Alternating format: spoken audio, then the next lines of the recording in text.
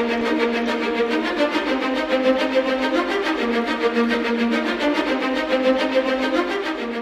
adalah WBCQ, menghadirkan radio World's Last Chance kepada Anda dari Monticello, Maine, Amerika Serikat.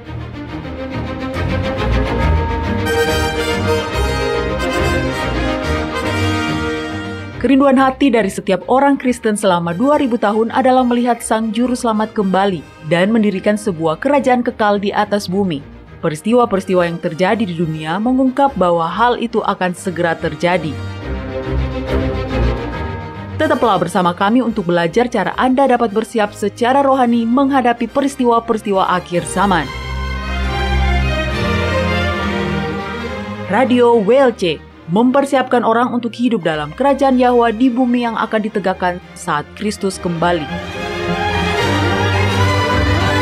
Halo para pendengar, selamat bergabung di Radio World's Last Chance. Saya Mario Nugraha dan bersama saya telah hadir juga Doni Alexander. Halo Mario, dan terima kasih juga sudah mendengarkan kami para pendengar sekalian. Nah, para pendengar, jika Anda sudah pernah mengunjungi situs web kami atau mendengarkan banyak dari program-program kami, maka Anda pasti sudah tahu bahwa di WLC, kami yakin bahwa kita sedang hidup di hari-hari terakhir dari sejarah bumi ini.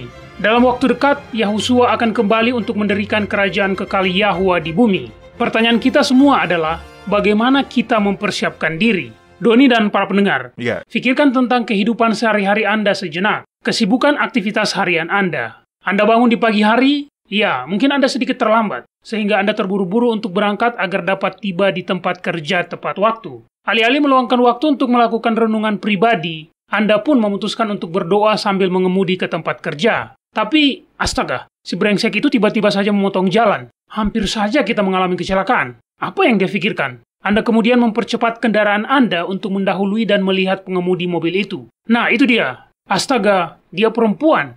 Aduh, pantas saja. Apakah saya harus memberitahu istri Anda, Mario, bahwa Anda baru saja berkata kasar? Nah, Anda mengerti maksud saya, Doni? Ya. Kita harus berurusan dengan banyak hal yang mengganggu dalam kehidupan kita sehari-hari. Seringkali, wajah yang kita perlihatkan kepada dunia dapat terlihat sangat baik dan sopan dan benar-benar Kristiani. Tapi pada kenyataannya, di balik tampilan tata krama yang baik, terdapat sebuah bejana kemarahan dan kejengkelan yang mendidih. Pada zaman sekarang, ini mungkin terdengar normal. Itu yang kita semua hadapi sehari-hari. Tapi perhatikanlah bejana emosi yang mendidih yang terdapat di dalam hati kita masing-masing. Dan kemudian, bertanyalah pada diri Anda sendiri. Apakah Anda siap untuk hidup di hadirat Yahwa? Apakah Anda siap untuk hidup di dalam kerajaan kasih? Ya, dan mewakili diri saya sendiri, oh tidak. Saya merasa belum siap untuk itu, Mario. Ya, bukan hanya Anda, Doni. Saya pikir adalah aman jika Anda menganggap kita semua belum siap. Saya juga belum siap untuk itu. Dan ini menjadi sebuah masalah karena saya percaya dengan segenap hati dan jiwa saya bahwa Yahusua akan segera kembali. Jadi, bagaimana caranya dari tempat kita sekarang agar kita bisa hidup bersama Yahwa? Kita semua adalah pendosa, itu fakta. Dan adalah merupakan fakta juga bahwa dosa memisahkan kita dari Yahwa. Mario, tolong buka kitab 1 Timotius pasal 6 dan bacakan ayat 15 dan 16 untuk kita. Oke. Di situ Paulus memberikan gambaran yang menarik tentang Bapa dari sudut pandang manusia yang sudah jatuh. Nah, silakan baca jika Anda sudah mendapatkannya, Mario. Penguasa yang satu-satunya dan yang penuh bahagia, Raja di atas segala raja dan Tuan di atas segala tuan. Dialah satu-satunya yang tidak takluk kepada maut, bersemayam dalam terang yang tak terhampiri. Seorang pun tak pernah melihat dia, dan memang manusia tidak dapat melihat dia. Baginya lah hormat dan kuasa yang kekal. Amin. Yahwa bersemayam dalam terang yang tak terhampiri. Dan itu bukan hanya terang, itu adalah energi. Energi murni ini yang mengalir dari sang sumber segala kehidupan dan kebahagiaan akan membinasakan semua dosa dimanapun dosa itu berada. Dan karena kita adalah orang-orang berdosa, maka energi murni itu juga akan membinasakan kita. Ini bukan berita baru. Sudah selalu terjadi seperti itu. Buka kitab Keluaran pasal 33. Anda tentu ingat ketika Musa telah menghabiskan banyak waktu di Gunung Sinai bersama Yahwa. Iya, saya ingat itu, Doni. Musa begitu kagum pada keindahan karakter Yahwa sehingga dia rindu untuk lebih dekat lagi. Dia ingin melihat Yahwa secara langsung. Ya, betul sekali, Mario. Tolong bacakan, Mario, kitab Keluaran pasal 33 ayat 18 sampai ayat 23. Silakan. Dan Musa menjawab, "Perlihatkanlah kiranya kemuliaanmu kepadaku." Tetapi firman-Nya, "Aku akan melewatkan segenap kegemilanganku dari depanmu dan menyerukan nama Yahwa di depanmu." Aku akan memberi kasih karunia kepada siapa yang kuberi kasih karunia, dan mengasihani siapa yang kukasihani. Lagi firman-Nya, engkau tidak tahan memandang wajahku, sebab tidak ada orang yang memandang aku dapat hidup. Berfirmanlah Yahwa, ada suatu tempat di dekatku, di mana engkau dapat berdiri di atas gunung batu. Apabila kemuliaanku lewat, maka aku akan menempatkan engkau dalam lekuk gunung itu, dan aku akan menudungi engkau dengan tanganku sampai aku berjalan lewat. Kemudian, aku akan menarik tanganku dan engkau akan melihat belakangku, tetapi wajahku tidak akan kelihatan. Jadi itulah yang terjadi. Musa bersembunyi di celah batu ketika Yang Maha Kuasa lewat. Kemudian Yahwa menarik tangannya agar Musa bisa melihat punggung Yahwa. Dan kemudian saya menyukai apa yang terjadi selanjutnya. Kitab Keluaran pasal 34 ayat 8. Segeralah Musa berlutut ke tanah, lalu sujud menyembah. Anda harus tertawa. Musa memohon untuk melihat wajah Yahwa dan dia tidak bisa. Tetapi segera setelah dia diizinkan untuk melihat punggung Yahwa, apa yang dia lakukan? Dia bergegas dan membungkuk dan menyembah. Ya, begitulah. Saya juga akan melakukannya. Anda bagaimana, Doni? Ya, pasti. Sudah pasti saya pun akan begitu, Mario. Tapi saya suka bagian ini, Mario. Karena di sini Musa tampil seperti rekan perjanjian lama dari Petrus perjanjian baru. Dia meminta sesuatu, tetapi sebenarnya dia tidak punya gambaran jelas bagaimana besarnya dampak yang akan muncul dari permintaannya. Tapi dia sangat mengasihi Yahwa. Jadi dia tetap bertanya. Dia langsung ceplos. Dan Anda tahu, Yahwa tidak mungkin tidak menyukai bentuk kepasrahan seperti ini, Doni. Oh ya, itu sangat berharga baginya. Tapi inilah masalahnya. Pengalaman Musa adalah gambaran dari apa yang terjadi ketika orang-orang percaya yang paling tulus dan setia datang ke hadirat pribadi Yang Maha Kuasa. Hadiratnya mengagumkan. Dan tentu saja itu pasti menakutkan. Dan Anda pun menjadi sadar bahwa Anda hanyalah debu. Benar. Sekarang saya ingin Anda membandingkannya dengan kitab Wahyu pasal 21, ayat 1-4. Inilah tujuan akhirnya. Inilah yang diusahakan dalam rencana keselamatan. Realitas yang akan terbuka di hadapan kita di bumi yang baru. Ketika kekekalan terbentang di hadapan kita. Bagaimana, Mario? Sudah dapat? Ya. Oke, tolong dibacakan. Lalu aku melihat langit yang baru dan bumi yang baru, sebab langit yang pertama dan bumi yang pertama telah berlalu, dan laut pun tidak ada lagi. Dan aku melihat kota yang kudus, Yerusalem yang baru, turun dari sorga, dari Yahwa, yang berhias bagaikan pengantin perempuan yang berdandan untuk suaminya. Lalu aku mendengar suara yang nyaring dari tahta itu berkata, lihatlah, kemah Yahwa ada di tengah-tengah manusia, dan ia akan diam bersama-sama dengan mereka. Mereka akan menjadi umatnya, dan ia akan menjadi Eloa mereka. Dan ia akan menghapus segala air mata dari mata mereka, dan maut tidak akan ada lagi. Tidak akan ada lagi perkabungan, atau ratap tangis, atau duka cita, sebab segala sesuatu yang lama itu telah berlalu. Ini sangat berbeda dengan apa yang dialami Musa. Anda tidak dapat menghapus air mata seseorang ketika Anda membelakangi mereka. Dan di sini kita dapat melihat ada perubahan yang telah terjadi. Ada transformasi yang telah terjadi. Ya, dan Anda tahu, perubahan itu bukan pada Yahwa. Dia tidak berhenti memancarkan energi murni dari terang yang tak terhampiri itu. Tidak. Perubahan yang terjadi ini adalah perubahan yang terjadi di dalam hati orang-orang yang telah ditebus. Benar. Anda tahu, kembali ke urusan terang yang tak terhampiri ini, hal ini benar-benar mengejutkan saat saya memikirkannya, Doni. Yeah. Makhluk yang begitu perkasa, begitu suci,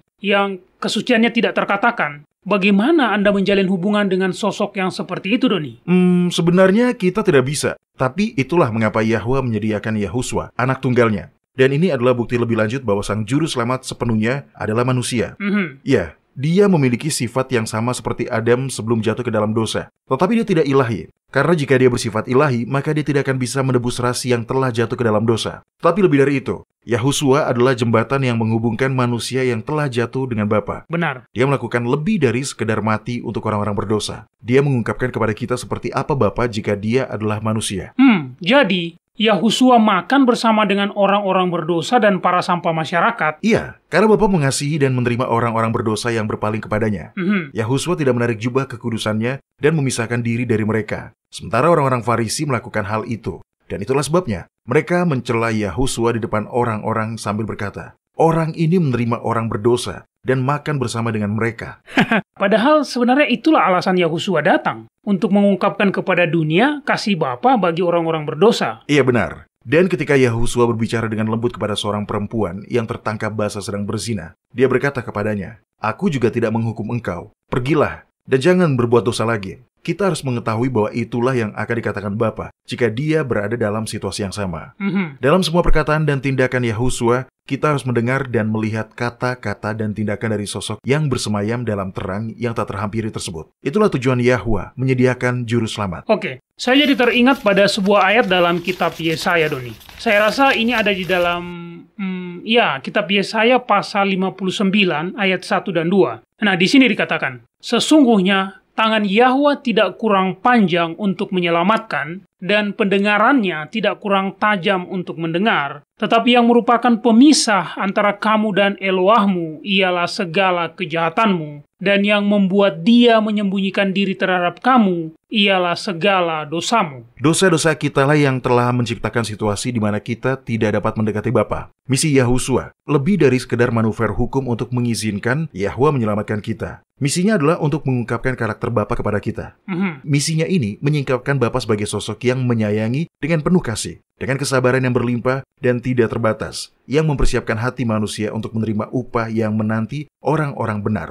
Sebuah kesempatan untuk hidup di hadirat Yahwa dan memandangnya muka dengan muka. Benar, dan inilah mengapa sangat penting bagi kita untuk menghabiskan waktu membaca, merenungkan, dan mempelajari firman Yahwa untuk mengenal dia secara pribadi. Ketika kita membaca kisah kehidupan Yahusua dalam Injil dan menyadari bahwa inilah yang akan dilakukan Bapa seandainya dia ada di sana, maka hati Anda sebagai seorang manusia akan meleleh dan Anda pasti tidak bisa tidak akan mengasihi sosok yang seperti itu. Maksud saya, lihat bagaimana dia bersikap ketika para murid melakukan kesalahan. Dia selalu begitu sabar. Dia tidak pernah kehilangan kesabaran dengan murid-muridnya. Bahkan ketika, mari kita akui, bahkan ketika Petrus benar-benar telah melewati batas dan pantas untuk dimarahi, dia juga tidak pernah kehilangan kesabaran pada Thomas si peragu. Dia baik, dia sabar, dia ramah, pemaaf. Apa yang akan tidak disukai dari orang yang seperti itu? Dia pasti akan menjadi teman terbaik Anda, Doni. Ya, tentu saja. Siapa yang tidak percaya pada seseorang dengan kualitas karakter seperti itu? Dan ini juga yang menjadi alasan mengapa setan telah berusaha keras untuk membuat orang-orang mempercayai kebohongan tentang karakter Yahwa. Anda tidak mungkin dapat mengasihi dengan sungguh-sungguh seseorang yang berkuasa atas Anda jika Anda takut pada orang itu. Benar, Doni. Sepertinya kita perlu membuat beberapa program tentang kehidupan Yahusua dan apa yang diungkapkannya mengenai karakter Yahwa, karena sesungguhnya mengenal dia berarti mengasihi dia. Dan bagaimana kita bisa mampu percaya kepadanya untuk mengasihinya jika kita percaya pada kebohongan setan tentang karakter Yahwa? Ya, tentu. Itu bagus, Mario. Dari hukum psikologi kita tahu bahwa dengan melihat kita menjadi berubah. Upah orang-orang benar adalah hidup untuk selamanya di hadirat yang maha kuasa. Untuk dapat menatap wajah yang kemurniannya tak terlukiskan dan kasihnya yang tak terbatas. Berita Injil yang Yahusua sampaikan berulang kali, lagi dan lagi, adalah sebuah persiapan jiwa yang kita butuhkan. Transformasi yang akan mengubah kita dari orang berdosa menjadi anak-anak Yahwa. Dan ini adalah, dengar dengan baik para pendengar, ini adalah sebuah karunia.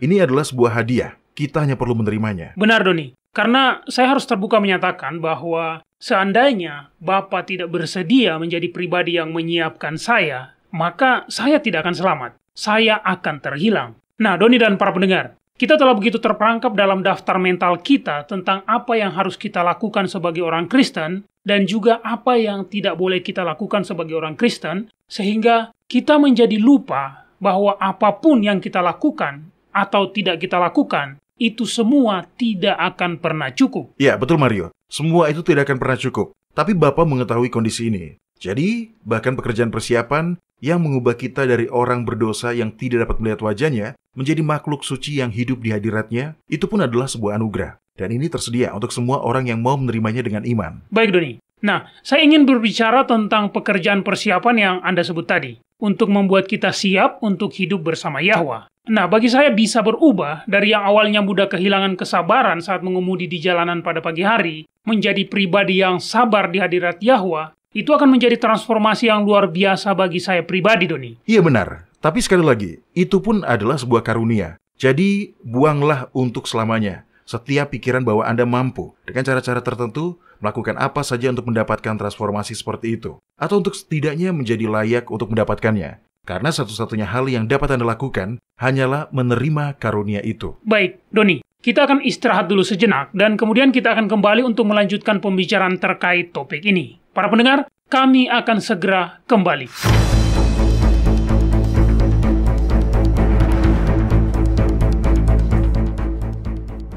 Anda mendengarkan radio World's Last Chance di WBCQ yang mengudara pada gelombang 31 meter di frekuensi 9330 kHz. Radio World's Last Chance mempersiapkan orang untuk menyambut Sang Juru Selamat yang segera kembali.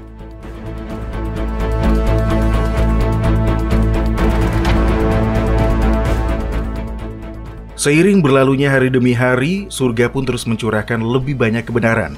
Dan setiap permata kebenaran baru mengungkapkan lebih banyak sisi dari kasih ilahi. Ada satu temuan baru tentang apa yang akan terjadi pada orang-orang yang tidak percaya selama masa 1000 tahun setelah kembalinya Yahuswa. Dan ini tidak seperti yang Anda pikirkan. Tapi temuan ini menunjukkan lebih dari sebelumnya, kedalaman kasih Yahwa yang tak terbatas. Kitab Roma pasal 5 ayat 6-8 menyatakan, karena waktu kita masih lemah, Kristus telah mati untuk kita orang-orang durhaka pada waktu yang ditentukan oleh Yahwa. Sebab tidak mudah seorang mau mati untuk orang yang benar. Tetapi mungkin untuk orang yang baik ada orang yang berani mati. Akan tetapi Yahwa menunjukkan kasih-Nya kepada kita oleh karena Kristus telah mati untuk kita ketika kita masih berdosa. Nasib orang-orang yang tidak percaya selama masa 1000 tahun mengungkap bahwa Yahwa akan melakukan segala yang Dia mampu lakukan untuk menyelamatkan sebanyak mungkin manusia. Untuk informasi lebih lanjut, carilah artikel atau episode radio yang berjudul Masa 1000 Tahun Mengungkapkan Kasih Yahwa Bagi Mereka Yang Terhilang di worldslastchance.com. World's Last Chance telah membuat lebih dari 1.500 video dokumenter dalam lebih dari 30 bahasa. Kunjungi situs kami di worldslastchance.com atau nonton videonya pada channel WLC di YouTube. Video-video dokumenter baru tentang berbagai topik penting terus dirilis sepanjang waktu. Mulailah menontonnya dan pelajarilah kebenaran selama Anda masih memiliki kesempatan di worldslastchance.com.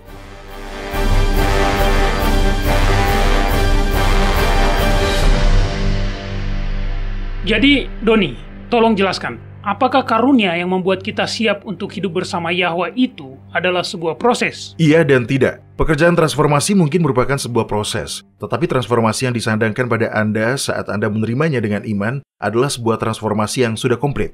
Tolong buka kitab Roma pasal 3, Mario. Apa yang dikatakan oleh ayat 10 sampai ayat 12? Tunggu. Kitab Roma pasal 3 ayat 10 sampai 12. Seperti ada tertulis, tidak ada yang benar, seorang pun tidak. Tidak ada seorang pun yang berakal budi. Tidak ada seorang pun yang mencari Yahwa. Semua orang telah menyeleweng. Mereka semua tidak berguna. Tidak ada yang berbuat baik, seorang pun tidak. Kebenaran adalah keselarasan atau kesesuaian dengan hukum ilahi. Itu berarti menjadi murni dan lurus secara moral. Dalam arti yang sangat nyata, itu berarti menjadi satu dengan Yahwa. Mario, apakah Anda ingat doa Yahuswa untuk para pengikutnya sebelum dia dikhianati di Taman Getsemani? Ya, dia berdoa untuk kesatuan, Doni. Nah, Mario dan para pendengar, Anda tidak bisa tiba-tiba mengubah diri Anda dari seorang pemberontak yang berdosa menjadi orang yang benar. Anda tidak akan bisa. Bahkan sekalipun Anda berusaha sekuat tenaga selama mungkin. Saya juga tidak bisa. Kita semua tidak bisa melakukannya. Tapi Yahwa bisa. Yang harus Anda lakukan adalah membiarkan iman Anda meraih janji firman-Nya. Dan realitasnya akan menjadi milik Anda secara instan. Mario, tolong bacakan doa Yahuswa untuk kita. Itu tertulis di dalam kitab Yohanes pasal 17. Coba cek di ayat berapa? Mari kita lihat. Nah, ini di ayat 20 sampai 23. Di sini dikatakan, dan bukan untuk mereka ini saja aku berdoa, tetapi juga untuk orang-orang yang percaya kepadaku oleh pemberitaan mereka, supaya mereka semua menjadi satu, sama seperti Engkau, ya Bapa, di dalam aku dan aku di dalam Engkau. Agar mereka juga di dalam kita, supaya dunia percaya bahwa Engkaulah yang telah mengutus aku. Dan aku telah memberikan kepada mereka kemuliaan yang Engkau berikan kepadaku, supaya mereka menjadi satu, sama seperti kita adalah satu. Aku di dalam mereka dan Engkau di dalam aku, supaya mereka sempurna menjadi satu, agar dunia tahu bahwa Engkau yang telah mengutus aku, dan bahwa Engkau mengasihi mereka sama seperti Engkau mengasihi aku. Menjadi orang benar berarti menjadi satu dengan Sang Pencipta. Kehendaknya, keinginannya, menjadi kehendak Anda, menjadi keinginan Anda. Itulah mengapa adalah sia-sia jika Anda berjuang untuk diselamatkan melalui tindakan penyangkalan diri Anda sendiri, untuk diselamatkan dengan kebenaran Anda sendiri. Karena tanpa kebenaran yang berasal dari Yahwa, kebenaran kita sendiri tidak akan masuk hitungan. Ya, Anda tahu, saya bukan seorang poliglot. Tapi saya harus belajar beberapa bahasa lain di sekolah. Saya tidak tahu bagaimana bentuknya dalam semua bahasa, tetapi dalam bahasa Inggris, kata atonement adalah secara harfiah at one man. Begitu jika dibaca per suku kata, Doni. Dan arti harfiahnya adalah kesatuan, atau berada dalam kondisi kesatuan. Begitulah penebusan, menjadi satu dengan Yahwa. Itu indah, dan itulah kerinduan hati Bapa. Itulah yang ingin dicapai oleh seluruh rencana keselamatan ini. Kesatuan antara Bapa dan anak-anaknya. Sekarang, pertanyaannya tentu saja adalah bagaimana cara kita melakukannya? Dan jawabannya adalah kita tidak bisa. Kita harus membiarkan Bapa melakukannya. Ya, karena ini adalah sebuah karunia. Ya, benar. Ini adalah sebuah karunia, sebuah hadiah. Sama seperti semua hal lain yang terkait dengan keselamatan. Itu disediakan oleh Bapa dan diterima dengan iman. Paulus menjelaskan hal ini dengan cara yang terbaik. Mari kita lihat bagaimana dia menggambarkan transaksi ini dalam kitab Roma pasal 4. Nah, kitab Roma pasal 3 berbicara tentang ketidakmungkinan manusia yang sudah jatuh untuk mengubah diri mereka sendiri. Kita tidak bisa. Kita punya sifat yang berdosa. Kitab Roma pasal 3 ayat 23 adalah tempat di mana kita mendapatkan pernyataan terkenal. Semua orang telah berbuat dosa dan telah kehilangan kemuliaan Yahwa. Jadi sekarang, dalam kitab Roma pasal 4, Paulus menjelaskan bagaimana kita diselamatkan. Itu bukan karena karya hukum Taurat. Silakan dibacakan Mario mulai dari ayat 1. Jadi apakah akan kita katakan tentang Abraham, bapa leluhur jasmani kita? Sebab jikalau Abraham dibenarkan karena perbuatannya, maka ia beroleh dasar untuk bermegah, tetapi tidak di hadapan Yahwa. Sebab apakah dikatakan nas kitab suci? Lalu percayalah Abraham kepada Yahwa, dan Yahwa memperhitungkan hal itu kepadanya sebagai kebenaran. Kalau ada orang yang bekerja, upahnya tidak diperhitungkan sebagai hadiah, tetapi sebagai haknya. Tetapi kalau ada orang yang tidak bekerja, namun percaya kepada Dia yang membenarkan orang durhaka, imannya diperhitungkan menjadi kebenaran. Seperti juga Daud menyebut berbahagia orang yang dibenarkan Yahwa, bukan berdasarkan perbuatannya. Berbahagialah orang yang diampuni pelanggaran-pelanggarannya, dan yang ditutupi dosa-dosanya. Berbahagialah manusia yang kesalahannya tidak diperhitungkan Yahwa kepadanya. Oke, berhenti di situ sebentar Mario. Oke. Ada banyak hal di sini. Pertama, apakah Abraham dibenarkan atau dinyatakan benar karena apapun yang dia perbuat? Tidak. Bahkan bukan karena dia setuju untuk disunat. Iya, bukan. Karena itu hanya lambang dari apa yang sudah ada di hatinya, Doni. Ya, tepat. Ayat 3, Abraham percaya kepada Yahwa dan hal itu diperhitungkan kepadanya sebagai kebenaran. Ini luar biasa. Karena iman Abraham, dia diperhitungkan sebagai orang yang benar. Imannya diperhitungkan padanya seolah-olah dia secara realita adalah benar. Ya, itu indah. Doni dan para pendengar, Anda tahu, jika Yahwa melakukan itu untuk Abraham, maka Dia juga akan bersedia melakukan itu untuk Anda dan saya juga. Benar, dan itulah keindahan anugerah ilahi, Mario. Anugerah ini berkembang sesuai kebutuhan. Oke, tolong teruskan baca di ayat 9, Mario. Adakah ucapan bahagia ini hanya berlaku bagi orang bersunat saja, atau juga bagi orang yang tak bersunat? Sebab telah kami katakan bahwa kepada Abraham iman diperhitungkan sebagai kebenaran. Dalam keadaan manakah hal itu diperhitungkan? Sebelum atau sesudah ia disunat? Bukan sesudah disunat, tetapi sebelumnya. Dan tanda sunat itu diterimanya sebagai meterai kebenaran berdasarkan iman yang ditunjukkannya sebelum dia bersunat. Demikianlah dia dapat menjadi bapa semua orang percaya yang tak bersunat, supaya kebenaran diperhitungkan kepada mereka, dan juga menjadi bapa orang-orang bersunat, yaitu mereka yang bukan hanya bersunat, tetapi juga mengikuti jejak iman Abraham, bapa leluhur kita pada masa ia belum disunat. Sekali lagi, sunat tidak membuat Abraham menjadi orang benar. Itu hanyalah sebuah simbol atau lambang dari kebenaran yang telah dia miliki melalui iman. Imannya pada janji-janji Yahwa diperhitungkan kepadanya. Atau dengan kata lain, imannya pada janji-janji Yahwa disandangkan kepadanya sebagai kebenaran. Mario dan para pendengar, ini menyenangkan. Apa arti dari semua ini bagi kita? Bagi Mario dan saya. Dan bagi semua para pendengar kita. Ini berarti bahwa iman kita pada janji-janji Yahwa diperhitungkan kepada kita sebagai kebenaran.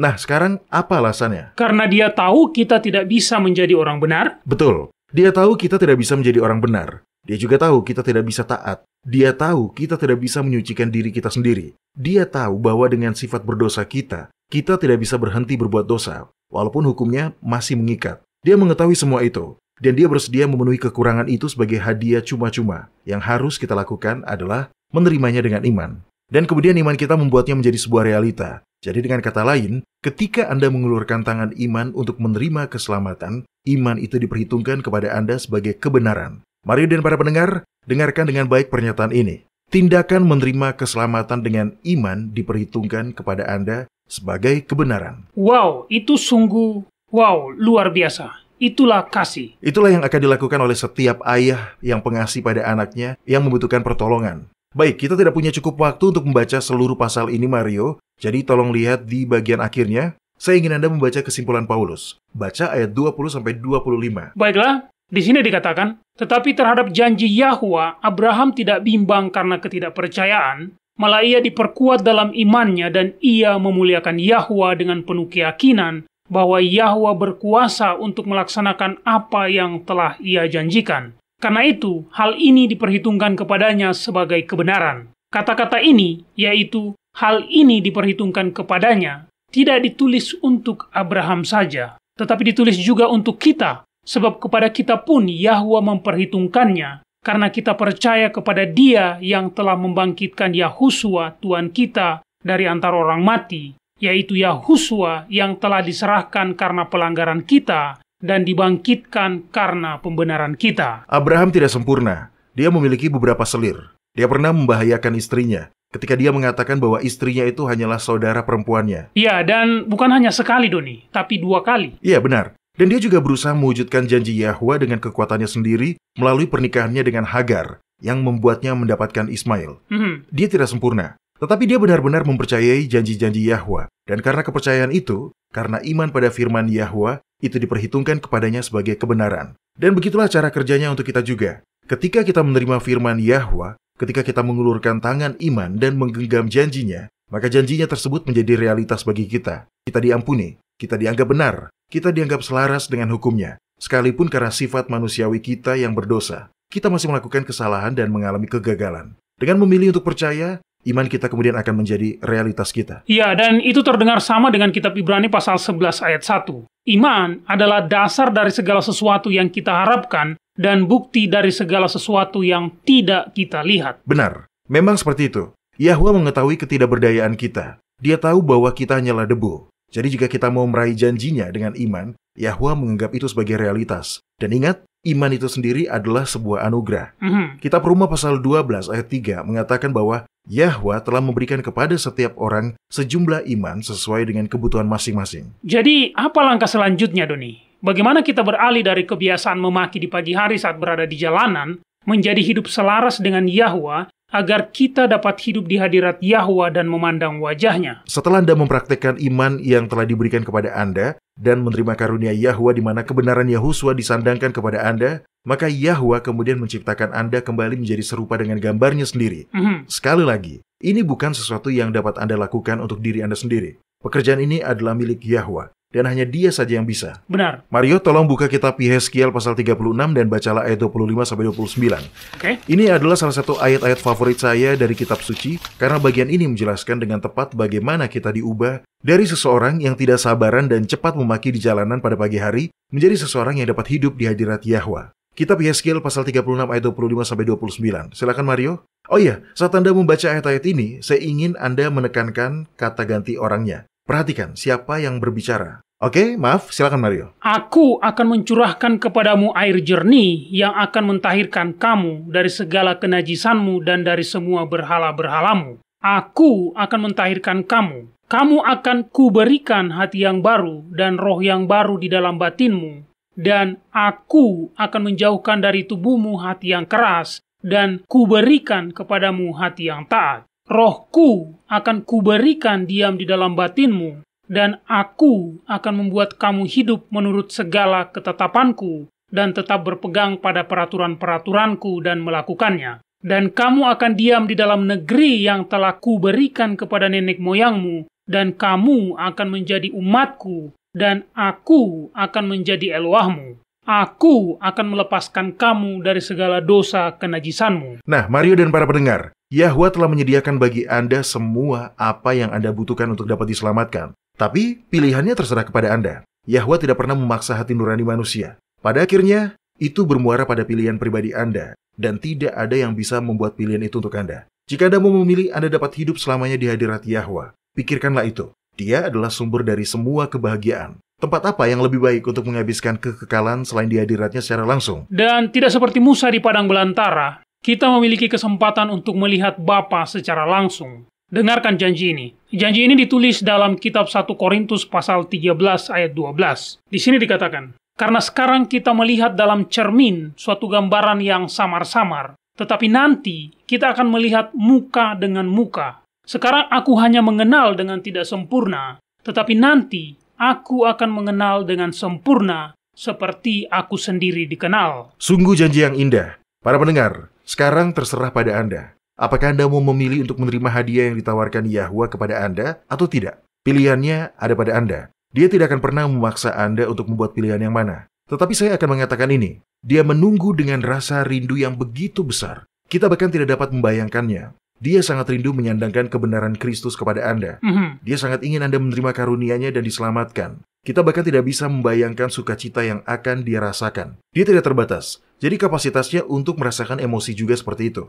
Untuk memberikan gambaran betapa bahagianya Dia ketika orang berdosa menerima keselamatan, mari kita tutup segmen program ini dengan sebuah ayat dalam kitab Zefanya. Kita tidak sering melihat sekilas pandang apa yang ada di dalam hati Yahwa yang tersembunyi. Tetapi ini sungguh indah. Ayat ini menunjukkan betapa berartinya Anda baginya. Beginilah reaksinya ketika seseorang menerima pemberiannya. Kitab Zefanya pasal berapa, Doni? Kitab Zefanya pasal 3 ayat 15 dan ayat 17. Oke. Yahwa telah menyingkirkan hukuman yang jatuh atasmu. Dia telah menebas binasa musuhmu. Raja Israel, yakni Yahwa, ada di antaramu. Engkau tidak akan takut kepada malapetaka lagi. Yahwa Eloamu ada di antaramu sebagai pahlawan yang memberi kemenangan. Ia bergirang karena engkau dengan sukacita. Ia membaharui engkau dalam kasih-Nya. Ia bersorak-sorak karena engkau dengan sorak-sorai. Terimalah karunia pengampunan, penyucian, penciptaan ulang dari Yahwa. Dan Anda akan berdiri di hadapannya dalam kesempurnaan Yahuswa. Dia akan sangat tergetar. Akan begitu dipenuhi dengan sukacita, sehingga Bapa kemudian akan bersorak-sorak karena engkau dengan sorak-sorai.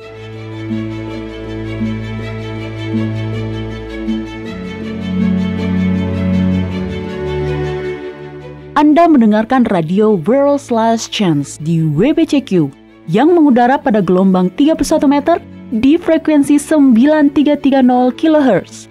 Radio World's Last Chance mempersiapkan orang untuk menyambut Sang Juru Selamat yang segera kembali.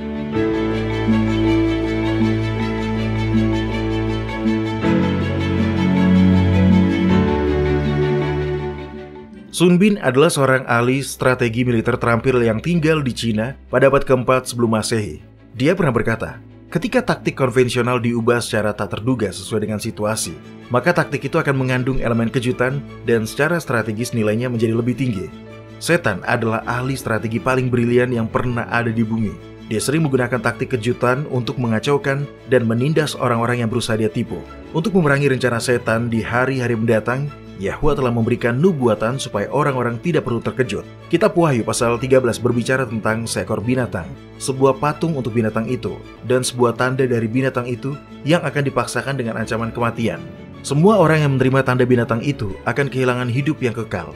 Inilah sebabnya mengapa sangat penting untuk mengidentifikasi binatang itu dan memahami apa patung binatang itu dan bagaimana menghindari tandanya. Kita perlu tahu, ini penting. Sementara kebanyakan orang Kristen menganggap patung binatang itu akan terbentuk di masa depan. Kebenaran yang mengejutkan adalah bahwa patung binatang itu sudah terbentuk.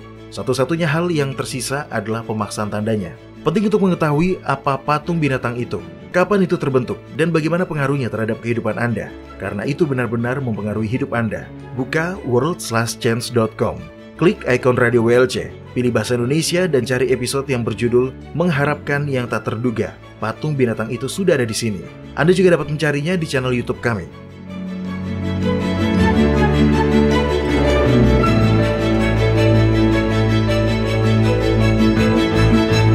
Jika Anda sudah berkomitmen untuk beribadah kepada Yahwa pada hari Sabat kudusnya yang ditentukan dengan kalender lunisolarnya yang ditetapkan pada masa penciptaan, World's Last Chance memiliki aplikasi yang dapat Anda gunakan baik di komputer maupun di smartphone Anda.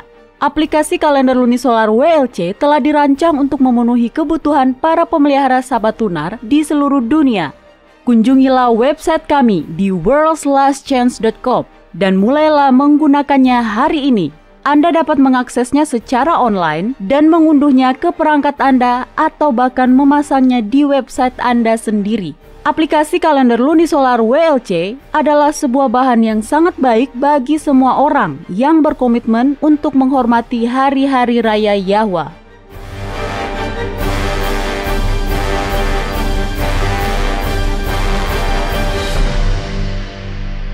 Nah, saatnya untuk menjawab pertanyaan dari kotak surat harian kita. Wilma Bradley dari Amerika Serikat mengirimkan sebuah pertanyaan. Dia berkata, "Sepertinya semakin tua saya, semakin sulit hidup saya. Saya sangat sering terbangun di tengah malam dan tidak bisa tidur kembali karena merasa cemas. Saya tahu bahwa Bapa telah berjanji untuk berjalan bersama kita, tetapi apakah ada berkat khusus yang Dia berikan untuk menolong kita bertahan?" Pasti ada. Kitab Mazmur pasal 46 ayat 1 mengatakan, Yahwa itu bagi kita tempat perlindungan dan kekuatan. Sebagai penolong dalam kesesakan sangat terbukti. Dia akan menolong kita bertahan, tetapi kita perlu memanfaatkan bantuan yang Dia berikan. Ada beberapa cara khusus Yahwa menolong kita bertahan. Yang pertama, tentu saja, adalah melalui firman-Nya. Kitab Roma pasal 15 ayat 4 mengatakan, sebab segala sesuatu yang ditulis dahulu telah ditulis untuk menjadi pelajaran bagi kita, supaya kita teguh berpegang pada pengharapan oleh ketekunan dan penghiburan dari kitab suci. Itu terdengar sama seperti kitab 1 Korintus pasal 10 ayat 11 yang mengatakan, semuanya ini telah menimpa mereka sebagai contoh dan dituliskan menjadi peringatan bagi kita yang hidup pada waktu di mana zaman akhir telah tiba. Ya, betul. Kitab suci secara harfiah adalah firman Yahwa. Menurut kitab Yesaya pasal 55 ayat 11, firman Yahwa sendiri mengandung kuasa untuk menggenapi atau melakukan apa yang dikatakan oleh firman itu. Jadi Anda terbangun di malam hari dan tidak bisa kembali tidur karena merasa cemas. Klaimlah janjinya. Kitab Mazmur pasal 34 dan pasal 37 penuh dengan janji. Mulailah dari sana. Kitab Yesaya pasal 26 ayat 3 mengatakan, yang hatinya teguh kau jagai dengan damai sejahtera, sebab kepadamulah ia percaya. Ya, saya juga suka dengan kitab Amsal pasal 18 ayat 10. Nama Yahwa adalah menara yang kuat. Kesanalah orang benar berlari dan ia menjadi selamat. Itu luar biasa. Saat Anda takut, renungkan nama Yahwa. Apa artinya bagi Anda? Dan bagaimana cara Anda melihat kehadirannya dalam hidup Anda? Bukan hanya janji-janji itu. Kisah-kisah dalam Alkitab juga benar-benar mengilhami iman. Ketika Anda melihat bagaimana Yahwa telah memperhatikan orang lain, bahkan sekalipun saat mereka tidak pantas mendapatkannya, itu memberi Anda keberanian untuk mengetahui bahwa Dia juga akan melakukan hal yang sama untuk Anda. Iya, benar. Berkat lain yang diberikan Yahwa yang dapat menolong kita untuk bertahan, dan ini cukup menarik, adalah doa dan pujian. Kitab Yakobus pasal 5 ayat 13 berkata, kalau ada seorang di antara kamu yang menderita, baiklah ia berdoa. Kalau ada seorang yang bergembira, baiklah ia menyanyi. Doa dan ucapan syukur. Itu adalah dua dari berkat terbesar Yahwa yang dapat menguatkan hati kita untuk bertahan. Keraguan tidak dapat hidup dalam atmosfer pujian. Dan ketakutan akan hilang ketika kita memusatkan perhatian kita pada banyak cara yang telah Yahwa lakukan untuk memberkati kita di masa lalu. Benar, coba dengarkan ini. Ini salah satu janji favorit saya. Ini dari kitab Filipi pasal 4 ayat 6 dan 7. Di sini dikatakan, janganlah hendaknya kamu khawatir tentang apapun juga, tetapi nyatakanlah dalam segala hal keinginanmu kepada Yahwa dalam doa dan permohonan dengan ucapan syukur. Damai sejahtera Yahwa yang melampaui segala akal akan memelihara hati dan pikiranmu dalam Kristus Yahusua. Saya suka dengan janji itu. Ayat ini tidak mengatakan bahwa Yahwa akan menghilangkan semua masalah kita. Tetapi ayat ini mengatakan bahwa Dia akan memberikan kekuatan yang kita butuhkan untuk tetap setia terlepas dari apapun yang akan terjadi. Iya, satu hal dalam hidup saya sendiri yang digunakan Yahwa untuk menguatkan saya di saat krisis adalah sesama orang percaya. Mengetahui bahwa mereka berdoa untuk Anda dan bahwa mereka peduli, sungguh dapat sangat membantu. Dan tidak hanya dalam arti emosional, tetapi sering juga dalam arti yang sangat nyata, secara praktis. Jadi, jangan takut untuk meminta bantuan dari rekan seiman. Merupakan hak istimewa kita sebagai orang Kristen untuk melayani Yahwa dalam pribadi orang-orang kudusnya. Benar, itu bagus Mario. Kitab Galatia pasal 6 ayat 2 memberitahu kita bahwa kita harus bertolong-tolongan menanggung beban kita. Demikianlah kita memenuhi hukum Kristus.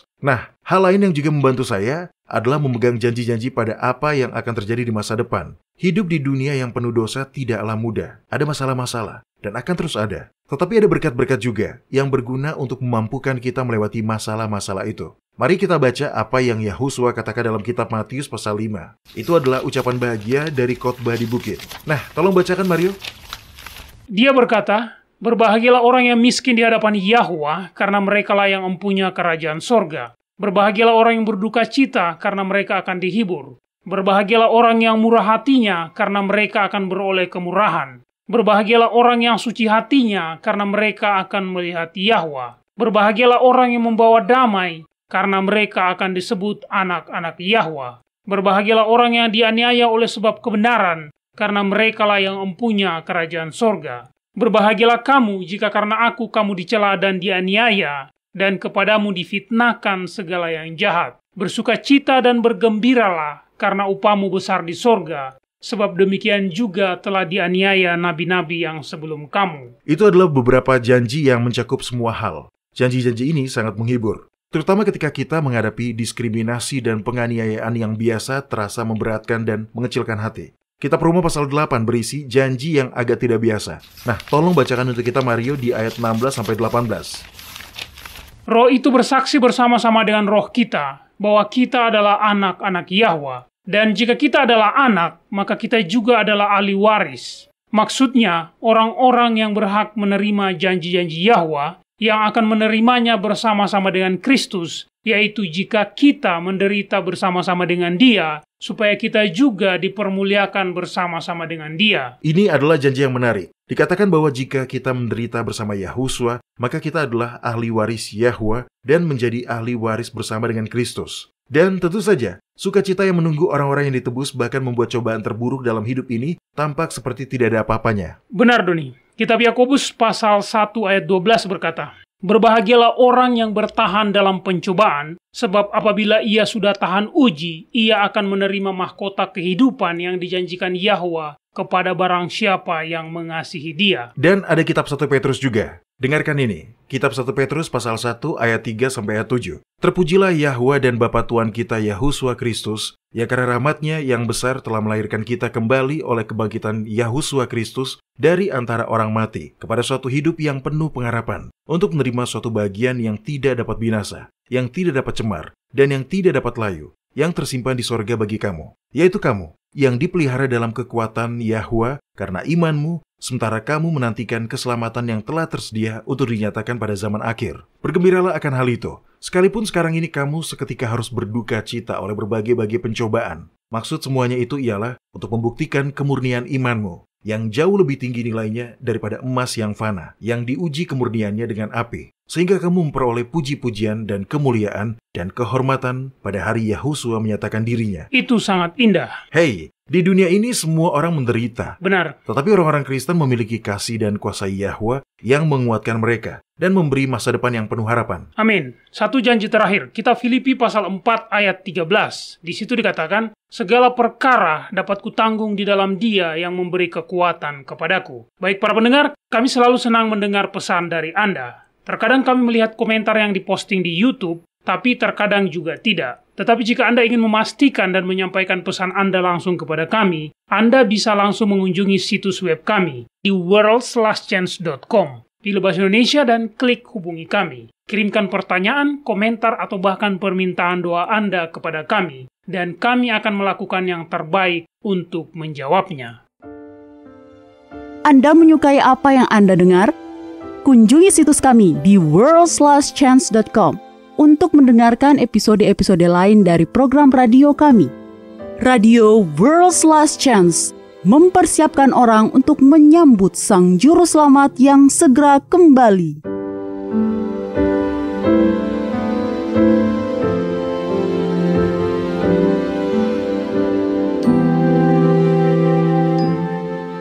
Halo, ini adalah janji harian Anda dari Firman Yahwa. Edgecamp, Selandia Baru, terletak tepat di dataran banjir. Akibatnya, kejadian banjir di tempat itu sudah dianggap normal. Bahkan pada saat cuaca buruk dan hujan lebat terjadi, penduduk setempat tetap beraktivitas seperti biasa. Lagi pula, ketika Anda tinggal di kota yang dibangun di dataran banjir, apakah Anda masih akan mempersoalkan sebuah banjir kecil?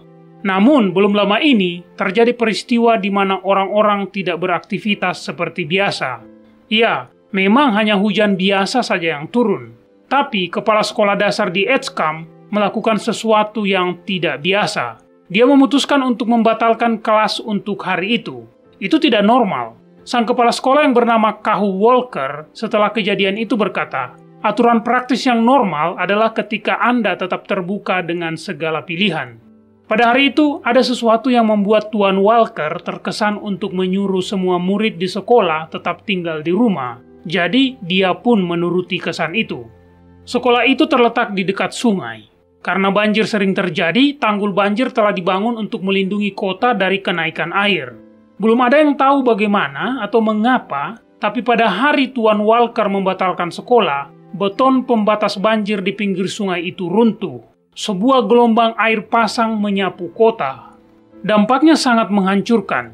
15 rumah hancur dan 230 lainnya rusak parah.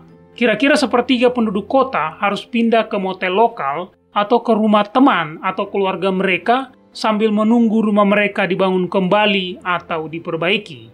Seburuk apapun kerusakan kota itu, tapi kondisinya akan jauh lebih buruk jika seandainya sang kepala sekolah tidak mendengarkan kesan itu dan membatalkan kelas. Tembok banjir itu jebol di waktu yang sama di mana biasanya para siswa biasanya berjalan ke kelas. Seandainya Tuan Walker tidak menyuruh semua orang untuk tetap tinggal di rumah, maka banyak nyawa anak-anak yang akan hilang. Tonya Rutland, seorang ibu yang memiliki 6 orang anak, mengatakan, jika mereka tidak membatalkan sekolah, maka banyak dari anak-anak ini, dan termasuk anak-anak saya dan semua rekan-rekan mereka, yang akan berjalan kaki ke sekolah. Para pendengar, Kitab Mazmur pasal 46 menyatakan, Yahwa itu bagi kita tempat perlindungan dan kekuatan, sebagai penolong dalam kesesakan sangat terbukti. Sebab itu kita tidak akan takut, sekalipun bumi berubah, sekalipun gunung-gunung goncang di dalam laut, sekalipun ribut dan berbui airnya, sekalipun gunung-gunung goyang oleh geloranya, Yahwa semesta alam menyertai kita. Kota benteng kita ialah Eloah Yakub. Banyak pekerjaan yang harus dilakukan untuk membangun kembali Edgecamp dan membersihkan puing-puing yang disebabkan banjir itu. Tetapi Kahu Walker mengucapkan terima kasih atas campur tangan ilahi yang membuatnya terkesan untuk membatalkan kelas pada hari itu. Dia mengatakan bahwa tanpa campur tangan ilahi, kita akan melihat hasil yang sangat berbeda seandainya anak-anak kita berjalan kaki ke sekolah di pagi itu. Kitab 2 Tawarik pasal 16 ayat 9 mengatakan, karena mata Yahwa menjelajah seluruh bumi untuk melimpahkan kekuatannya kepada mereka yang bersungguh hati terhadap Dia. Kepada kita telah diberikan janji-janji yang besar dan berharga, majulah dan mulailah mengaminkannya.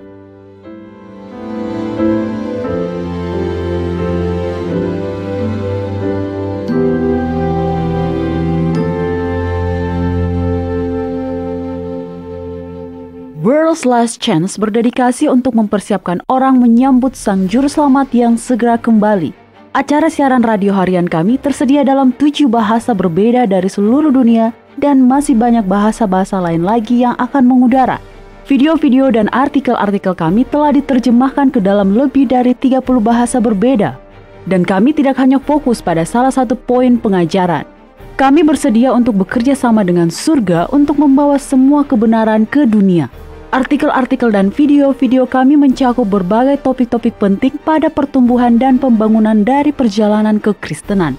Kami menghadirkan materi yang mencakup kesalehan praktis di dalam kehidupan sehari-hari, doktrin Alkitabiah yang benar-benar hanya didasarkan pada firman Yahwa, kalender Sang Pencipta, dan nubuatan akhir zaman yang penting untuk Anda ketahui. Kami bahkan membahas berbagai macam angin pengajaran yang palsu yang telah digunakan oleh setan untuk menipu banyak orang, dan mengungkapkan mengapa itu salah dan apa yang benar berdasarkan Alkitab. Kunjungilah kami hari ini di worldslastchance.com. Pelajarilah kebenaran di hari-hari terakhir ini.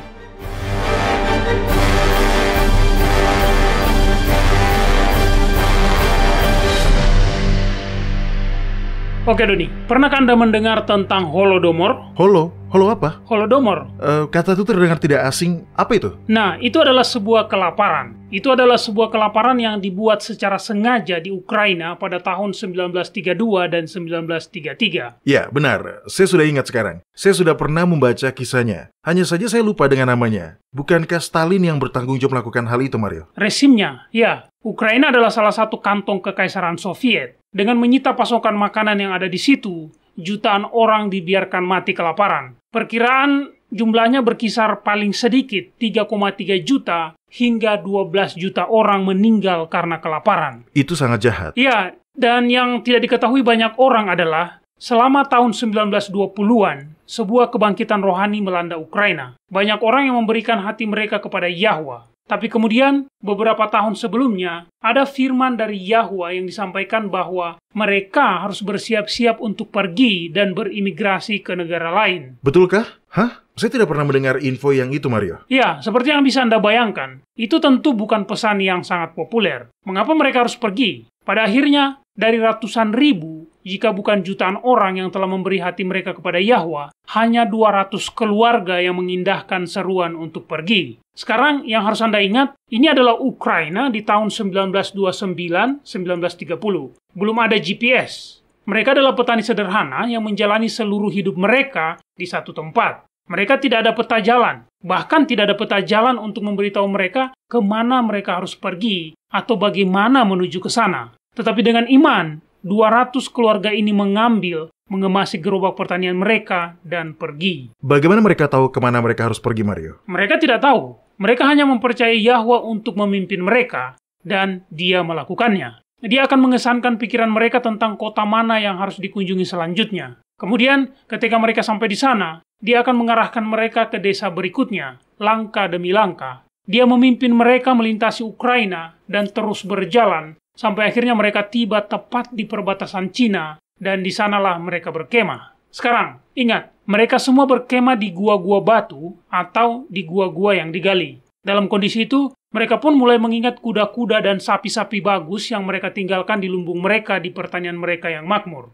Para wanita juga mulai memikirkan tempat tidur empuk mereka di rumah mereka yang nyaman. Setiap kali mereka harus memasak di atas api di alam terbuka, mereka mengingat tungku pembakaran kayu yang bagus di dapur rumah pertanian mereka yang nyaman. Jadi, beberapa dari 200 keluarga ini memutuskan untuk kembali. Apa yang terjadi? Ya, firman Yahwa datang. Saya tidak tahu bagaimana, tetapi Dia mengirim pesan bahwa jika mereka kembali, orang-orang itu akan mati di pengasingan di Siberia. Beberapa wanita akan memakan bayi-bayi mereka sendiri, dan sisanya akan mati kelaparan. Firman itu menenangkan mereka untuk sementara waktu, tetapi akhirnya beberapa, ya sebagian besar dari orang-orang ini, akhirnya kembali. Pada akhirnya, hanya ada 40 keluarga yang tersisa. Yahwa memimpin mereka secara berkelompok. 10 keluarga per kelompok untuk berjalan menuju ke Cina. Di sana, mereka mampu membangun rumah baru dan mengatur kehidupan sekali lagi. Tidak sampai beberapa tahun kemudian, firman itu tergenapi dengan apa yang terjadi di Ukraina. Dan sama seperti peringatan dari Yahwa yang telah disampaikan, banyak petani makmur di sana yang kembali ditangkap sebagai musuh rakyat dan mati di pengasingan. Para wanita dan anak-anak mati kelaparan. Wow! Ini adalah kisah nyata. Saya membaca sebuah buklet yang ditulis oleh seorang pria yang lahir di Cina dari salah satu keluarga ini yang telah dibawa ke tempat yang aman di Cina. Beberapa tahun kemudian, pada pertengahan hingga akhir tahun 1940-an, tepat sebelum komunisme menindas di Cina, keluarga-keluarga ini dibawa keluar lagi. Beberapa orang berakhir di Australia dan beberapa orang di Kanada. Bagaimanapun, poin yang ingin saya sampaikan adalah saya melihat hubungan nyata antara pengalaman mereka dan pengalaman kita di sini di akhir zaman ini. Keluarga-keluarga ini berada dalam bahaya. Mereka perlu pergi ke tempat yang aman, tetapi mereka tidak tahu caranya. Tidak ada peta jalan, tidak ada GPS. Itu akan menakutkan. Jika Anda menjalani seluruh hidup Anda di satu desa kecil, Anda bahkan tidak akan tahu ke arah mana harus pergi. Iya, mereka tidak berdaya. Tidak mungkin mereka bisa melarikan diri ke tempat yang aman. Yang bisa mereka lakukan hanyalah mempercayai Yahwa. Dan saat mereka mempercayai Dia, Dia memimpin mereka. Satu langkah pada satu waktu. Satu desa pada satu waktu. Saat mereka mengikuti, Dia memimpin. Begitulah cara saya melihat topik hari ini, Doni. Kita mati dalam pelanggaran dan dosa. Kita tidak berdaya. Adalah mustahil. Dengan kekuatan kita. Dengan kebijaksanaan kita. Benar. Tidak ada cara bagi kita untuk menyelamatkan diri kita sendiri. Adalah mustahil kita bisa memenuhi persyaratan untuk masuk ke kota suci tersebut. Namun, jika kita mau menempatkan diri kita di tangan Yahwa, jika kita mau mempercayai Dia dan mengikuti kemana Dia memimpin, jika kita mau menerima hadiah yang Dia sediakan, Dia akan membawa kita dengan aman ke dalam kerajaannya. Itu ilustrasi yang bagus. Itu sangat benar. Kita tidak bisa mempersiapkan diri kita sendiri. Tidak mungkin. Setiap orang dari kita memiliki sifat yang berdosa. Adalah mustahil jika kita berharap kita bisa memenuhi persyaratan untuk masuk ke kota suci tersebut dan hidup selamanya bersama Yahwa dengan kekuatan kita sendiri. Dalam kitab Matius pasal 12, Yahusua berkata, orang yang baik mengeluarkan hal-hal yang baik dari perbendaharaannya yang baik, dan orang yang jahat mengeluarkan hal-hal yang jahat dari perbendaharaannya yang jahat. Begitulah para pendengar. Saya tidak tahu bagaimana dengan Anda. Tetapi saya sendiri tidak dapat menghasilkan hal-hal yang baik ketika apa yang ada di dalam diri saya adalah busuk. Iya, saya sama seperti Anda, Doni. Dalam kitab Matius pasal 23, Yahusua mengatakan hal ini kepada orang-orang Farisi. Dengarkan ini, ayat 25 dan 26. Di sini dikatakan, celakalah kamu, hai ahli-ahli Taurat dan orang-orang Farisi, hai kamu orang-orang munafik, sebab cawan dan pinggan kamu bersihkan sebelah luarnya, tetapi sebelah dalamnya penuh rampasan dan kerakusan. Hai orang Farisi yang buta, bersihkanlah dahulu sebelah dalam cawan itu, maka sebelah luarnya juga akan bersih. Begitulah saya kotor di dalam. Saya memiliki sifat yang berdosa, dan tidak ada yang bisa saya lakukan yang dapat mengubah fakta itu. Dan itu tentu saja sudah menodai satu kebaikan kecil yang pernah saya lakukan. Saya mengerti. Kita semua sama seperti orang Farisi dalam hal ini. Tetapi keindahan dari rencana keselamatan adalah bahwa Yahwa telah menyelesaikan semuanya. Dia mengendalikan transformasi yang membuat kita siap untuk masuk ke dalam kekekalan. Dialah yang mengubah kita menjadi segambar dengan gambar ilahi. Yang harus Anda lakukan adalah menerima hadiah yang Dia tawarkan. Ulurkan tangan iman dan klaimlah karunia pengampunannya. Ulurkan tangan iman dan klaimlah karunia pengudusan dan transformasinya. Ulurkan tangan iman dan klaimlah janji ketaatan. Dan melalui tindakan ini, dengan memilih untuk mempraktekkan iman untuk menerima karunia-karunia ini, iman Anda akan diperhitungkan kepada Anda sebagai kebenaran. Sungguh transaksi anugerah ilahi yang luar biasa. Iman itu sendiri adalah sebuah hadiah. Jadi ketika kita memilih untuk menggunakan karunia itu untuk meminta karunia-Nya yang lain, Dia akan menghitungnya sebagai kebenaran. Ya, benar Mario. Para pendengar, dengarkan dengan baik. Yahusua akan segera kembali untuk mendirikan kerajaan Yahwa di bumi yang baru. Jika Anda ingin hidup selamanya dengan Yahwa, Anda bisa. Ambillah keputusan. Terimalah karunia-karunia yang Dia sediakan untuk membawa Anda ke sana. Setiap orang yang diselamatkan akan diselamatkan karena mereka mengambil pilihan itu. Keputusan itu untuk percaya kepada Yahwa dan menerima pemberiannya. Buatlah pilihan itu hari ini. Mulailah mengikuti Dia. Dia tidak akan pernah menyesatkan Anda. Baik para pendengar, bergabunglah dengan kami lagi besok. Sampai jumpa dan ingatlah, Yahwa mengasihi Anda dan Dia aman untuk dipercaya.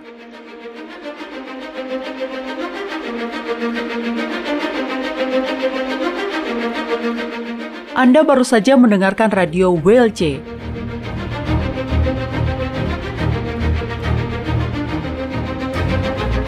World's Last Chance berkomitmen untuk memberitakan Injil Kerajaan Yahwa kepada dunia. Nubuatan dan peristiwa-peristiwa terbaru mengindikasikan bahwa Sang Juru Selamat sudah akan kembali dalam waktu yang tidak lama lagi. Orang-orang kudus kemudian akan diberikan hidup yang kekal dan Kerajaan Yahwa akan ditegakkan di sini, di bumi ini.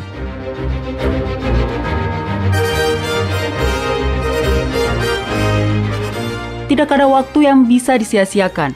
Terimalah anugerah keselamatan hari ini dan izinkan Yahwa menyelimuti Anda dengan kebenaran Kristus.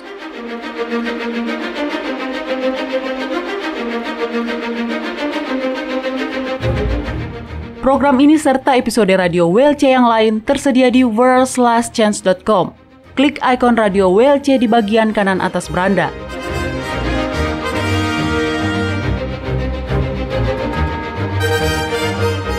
Bergabunglah kembali bersama kami besok untuk menerima berbagai pesan kebenaran lain di WBCQ yang mengudara pada gelombang 31 meter di frekuensi 9330 kHz.